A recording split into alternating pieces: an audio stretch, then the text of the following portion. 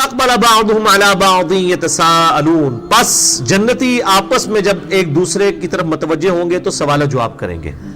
ایک آپ نے دوستیوں کا سنا کہ جب ان کو دوزخ کی طرف لے کے جایا جا رہا ہوگا تو وہ آپس میں ڈسکشن کریں گے۔ اب سائملٹینیس کنٹراسٹ آ رہا ہے کہ جنتی جب جنت میں پہنچ جائیں گے نا تو وہاں پہ بھی وہ آپس میں گپ شپ کریں گے۔ وہ گپ شپ کیا ہے؟ یہ سننے والی ہے۔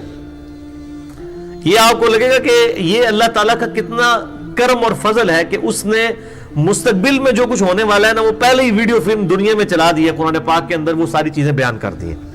وہ کیا گپ شپ کریں گے؟ قال قائل منہم انی کان لی قرین، تو ان میں سے ایک شخص کہے گا کہ میرا ایک بڑا جگری دوست تھا دنیا کے اندر، یعنی وہ جگری دوست تھا، بس وہ دنیاوی تو دوستی تھی لیکن وہ کسی اور راستے پہ تھا، میں کسی اور راستے پہ تھا۔ اور ایسے ہوتا ہے، یعنی بڑے بالکل اپوزٹ نیچر کے لوگ دنیا میں دوست ہوتے ہیں۔ الٹا جو دین کے راستے پہ چڑھ رہا ہوتا ہے وہ دوسرے لوگ بھی اس کو سمجھا رہے ہوتے ہیں یار اتنا بھی کوئی دماغ ہوتا ہے نہیں، کوئی مطلب روگ لا لینا چاہیے تھا، جوانی بھی چاہیے، ذرا صاحب نال دین ہوتے ٹورو۔ تو اس قسم کا کوئی دوست تھا ایک جنتی کا، تو وہ آپس میں گپ شپ کرتا ہے کہ میری دنیا میں ایک بڑے قریبی دوست ہوا کرتا تھا، تو وہ کدھر ہے؟ یقول انک لمن المصدقین، اور وہ مجھے دنیا میں کہا کرتا تھا کہ کیا تو واقعی آخرت کے دن کے اوپر ایمان لانے والا ہے، تو نبیوں کی تصدیق کرنے والا ہے۔ اذا متنا وکنا ترابا وعظاما، کہ جب ہم مر کر مٹی ہو جائیں گے اور بسیدہ ہڈیاں ہو جائیں گے، انا لمدینون، تو بے شک ہمیں اس کی جزا دی جائے گی جو کچھ ہم نے دنیا کے اندر اعمال کیے، مرنے کے بعد زندہ کر کے جزا اور سزا کا معاملہ ہوگا۔ قال هل انتم مطلعون، تو اللہ تعالیٰ کی طرف سے ارشاد ہوگا کیا تم اپنے اس جگری دوست کو دیکھنا چاہتے ہو کدھر ہے، جو دنیا میں تمہارے ساتھ یہ چھیڑخانی کیا کرتا تھا، تم دین کے راستے پہ تھے، وہ پکا دنیا دار تھا، دین کو کیجول لیتا تھا، ہر معاملے میں سستی کرتا تھا، چاہے وہ کافر تھا مسلمان تھا، اسے تو کوئی غرض ہی نہیں۔ یہ کافر تو عربی کا لفظ ہے، اردو میں جو کافر ہے اس سے مراد لوگ سمجھتے ہیں بت پرست اور ہندو عیسائی سکھ، یہ وہ نہیں۔ قرآن کے اندر کافر اس کو کہا جاتا ہے جو انکار کرنے والا ہے، جو اپنے عمل سے انکار کرتے ہیں وہ بھی کافر ہے، چاہے وہ عقیدے میں مسلمان بھی ہو، عملاً وہ کافر ہے۔ اور ایک وہ ہے جو عقیدے میں بھی کافر ہوتا ہے۔ تو کیا تم اپنے جگری دوست کو دیکھنا چاہتے ہو؟ فَاطَّلَعَ فَرَآهُ فِي سَوَاءِ الْجَحِيمِ، پس جب وہ جھانکے گا، یعنی اس کو کہا جائے گا کہ ادھر سے جھانک کے دیکھو، اللہ تعالیٰ اس کے سامنے ایسا معاملہ کر دے گا کہ وہ جھانک کر دیکھے گا تو وہ اپنے دوست کو دوزخ کے وسط میں پائے گا۔ قَالَتَ اللَّهِ إِن كِدتَّ لَتُرْدِينِ، وہ کہے گا اللہ کی قسم تو مجھے مروانے لگا تھا اپنے ساتھ، تو ڈوب گیا ہے دوزخ کے اندر، مجھے بھی ساتھ لے ڈوبنا تھا تو نے۔ وَلَوْلَا نِعْمَةُ رَبِّي لَكُنْتُ مِنَ الْمُحْضَرِينَ، اگر میرے رب کا احسان مجھ پر نہ ہوتا تو آج میں بھی تیرے ساتھ پکڑے جانے والے دوستیوں میں شامل ہوتا۔ وَلِعَوْذُ بِاللَّهِ تَعَالَى اللہم اجرنا من النار، اللہم اجرنا من النار، اللہم اجرنا من النار۔ افما نحن بمیتین، جنتی کہیں گے اب یہاں پہ ہمیں کہیں موت تو نہیں آ جائے گی، اب ہمیں یہاں پر موت نہیں آئے گی، الا موتتن الاولی، سوائے جو پہلی موت ہمیں دنیا کی زندگی میں آ چکی، وما نحن بمعذبین، اور نہ ہمیں عذاب دیا جائے گا۔ یہ صحیح بخاری میں ایک حدیث موجود ہے کہ جنتی جب جنت میں داخل ہو رہے ہوں گے اور دوزخی دوزخ میں داخل ہو رہے ہوں گے، اس سے جسٹ پہلے میدان محشر میں ایک مینڈے کی شکل میں ایک جانور لایا جائے گا اور اس کے لا کے وہاں پر ذبح کر دیا جائے گا، اور اس کے بعد اللہ تعالیٰ کی طرف سے اناؤنسمنٹ ہوگی کہ یہ موت ہے جسے اللہ نے ہمیشہ کے لیے ختم کر دیا، اور یہ خوشخبری ہوگی جنتیوں کے لیے، اور دوزخیوں کے لیے سب سے بری خبر ہوگی کہ ہمیں اب موت کوئی نہیں آنی، ورنہ تو موت آئے تو جان چھوٹ جائے نا۔ ثم لا يموت فيها ولا يحيى، پھر دوزخ کی آگ میں نہ تم زندوں میں ہوگے اور نہ مردوں میں۔ پھر قرآن حکیم میں آتا ہے کہ لوگ کہیں گے اللہ ہمیں موت ہی دے دے، سے بہتر ہے۔ اللہ فرمائے گا آج ایک نہیں ہزاروں موتیں مانگو تب بھی تمہیں موت نہیں آئے گی۔ اور پھر یہاں تک آیا کہ جب ان کی کھالیں جل جائیں گی ہم نئی کھالیں ان کو دیں گے تاکہ ان کے عذاب میں اور اضافہ ہو۔ وَلِعَوْذُ بِاللَّهِ تَعَالَى اللہم اجرنا من النار، اللہم اجرنا من النار، اللہم اجرنا من النار۔ تو جنتی کہیں گے اب ہمیں یہاں پر کوئی موت نہیں ہے سوائے ایک موت جو دنیا میں ہم چکھ چکے، اور ہمیں اب عذاب بھی نہیں دیا جائے گا. جو میں نے پہلے بھی حدیث بیان کی صحیح مسلم کی کہ جنتی جب جنت میں داخل ہوں گے 4 خوشخبری ہیں. نمبر 1 تمہیں موت نہیں آئے گی. نمبر 2 کوئی تکلیف نہیں آئے گی, بیمار نہیں پڑو گے. نمبر 3 تمہیں بڑھاپا نہیں آئے گا, ہمیشہ جوان رہو گے. اور نمبر 4 تمہارا خدا تمہارا رب تم سے کبھی ناراض نہیں ہوگا, ہمیشہ راضی رہے گا. ان ھذا لہو الفوز العظیم, اور بے شک یہ ہے عظیم الشان کامیابی. دنیا میں کوئی کامیاب ہو گیا, کوئی بڑے سے بڑے مرتبے پہ پہنچ گیا, کوئی کامیابی نہیں ہے. اصل کامیابی یہ ہے کہ آخرت میں کوئی کامیاب ہو جائے. جو میں اکثر کہتا ہوں کہ 1 ارب 1 روپیہ اور 1 ارب میں کوئی فرق نہیں ہے. دنیا میں اگر 1 روپیہ کوئی ضائع کر کے 1 ارب روپیہ کما لے اور دوسری طرف 1 روپے کو بچانے کے لیے کوئی ارب روپیہ گنوا دے, تو اس کو کہا جائے گا یار روپے کو بچا کے کیا لینا کرنا تھا تو نے, 1 روپے سے 1 ارب اور 1 ارب 1 روپے میں تو کوئی فرق ہی نہیں ہے, نیگلیجبل ہے. اور یہ دنیا اور آخرت کا مثال ہے.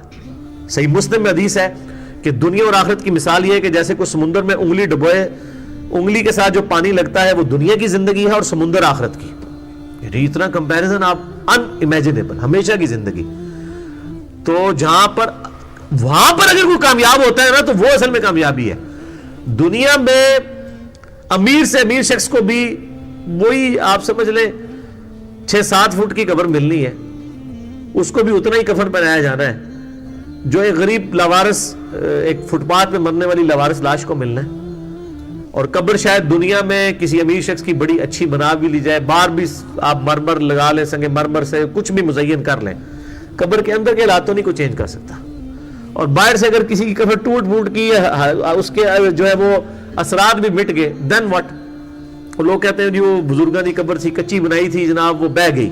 یار کیا ہوا, اسے کیا فرق پڑتا ہے, قبروں سے کیا فرق پڑنا ہے. اگر کوئی جنتی ہے تو وہ اللہ تعالیٰ نے اس کی قبر وہ جنت کے باغوں میں سے ایک باغ بنا دی ہے. وہ آپ کو نہیں نظر آئے گی, کھود کے بھی دیکھ لیں. وہ تو ظاہر ہے اگر نظر آ رہے تو سارے سیدھے نہ ہو جائے. صحیح بخاری میں حدیث ہے, میرا ایک کلپ بھی چڑھا ہوا ہے, کیا مردے بھی جو ہے وہ بولتے اور سنتے ہیں, کہ میت جو ہے وہ چارپائی کے اوپر کلام شروع کر دیتی ہے. صحیح بخاری میں حدیث ہے.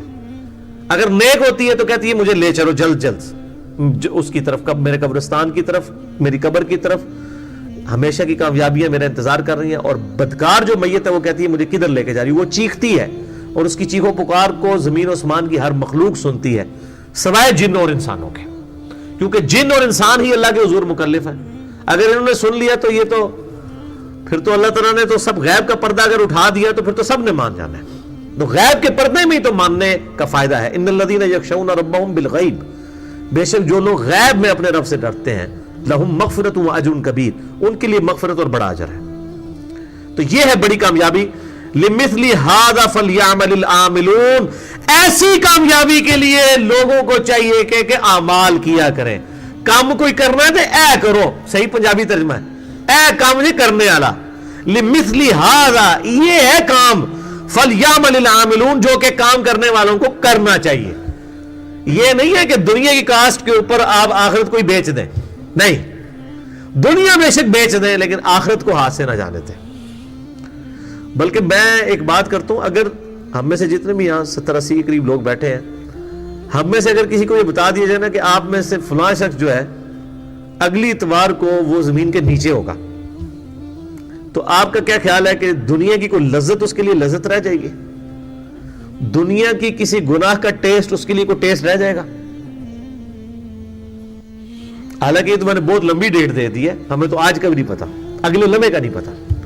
اس لیے جب تک موت سامنے نہ ہو اس وقت تک انسان کا قبلہ درست نہیں ہوتا.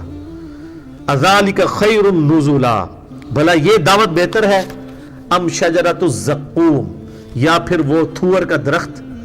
اب پھر دوستیوں کا ذکر آ رہا ہے. اللہ تعالیٰ ہمارا یہ جنتیوں کا حال ہوگا, یہ نعمتیں ہوں گی, کیا یہ نعمتیں بہتر ہیں یا وہ زقوم کا درخت؟ انا جعلناها فتنة للظالمین, جس کو ہم نے آزمائش بنا دیا گناہگاروں کے لیے, ظالموں کے لیے. انہا شجرۃ تخرج فی اصل الجحیم, وہ ایک درخت ہے جو کہ دوزخ کے اندر اگتا ہے. یہ اللہ کی اب قدرت ہے کہ وہ دوزخ کی آگ کے اندر بھی آگ اس درخت کو نہیں جلاتی, لیکن اس کے کڑوے پتے ہوں گے. ان شجرۃ الزقوم طعام الاثیم, جو سورہ دخان میں آتا ہے نا کہ جو گناہگاروں کی خوراک جو ہے نا وہ اس کے پتے ہوں گے اور اتنے کڑوے پتے ہوں گے. اس کے بعد وہ جب کھائیں گے تو اتنی سخت ان کو پیاس لگے گی کہ پانی مانگیں گے, اور پانی ان کو دوسیوں کا پیپ اور خون اور گرم کھولتا ہوا پانی دیا جائے گا. لیکن پیاس اتنی غالب ہوگی کہ وہ مجبوراً وہ پانی پیئیں گے جس کی وجہ سے ان کی انتڑیاں گل جائیں گی. وَلِعَاذُ بِاللَّهِ تَعَالَى اللہم اجرنا من النار آمین. طلعها كأنه رؤوس الشیاطین, اس زقوم کے درخت کے شگوفے گویا شیطانوں کے سر. اس کی یعنی شکل بھی اتنی خطرناک ہوگی اس درخت کی.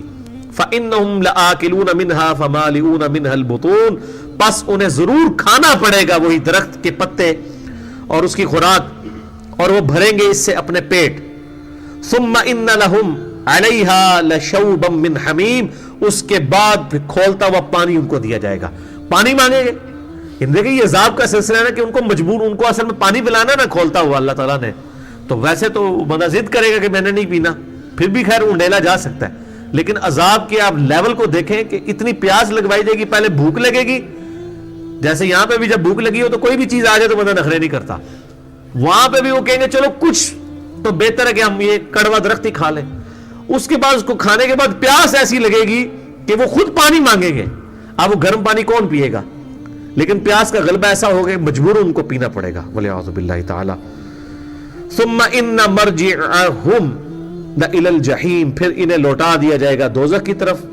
إِنَّهُمْ أَلْفَوْا آبَاءَهُمْ ضَالِّينَ, یہ وہ لوگ تھے جنہوں نے اپنے آباء و اجداد کو ہی گمراہی پہ پایا تھا, یعنی اپنے بزرگ بابوں کے پیچھے لگے رہے تھے, خود ہی انہوں نے کوئی دماغ استعمال نہیں کیا. فَهُمْ عَلَىٰ آثَارِهِمْ يُهْرَعُونَ, پس وہ بے سوچے سمجھے اپنے بزرگوں کے پیچھے ہی بھاگتے چلے جا رہے تھے.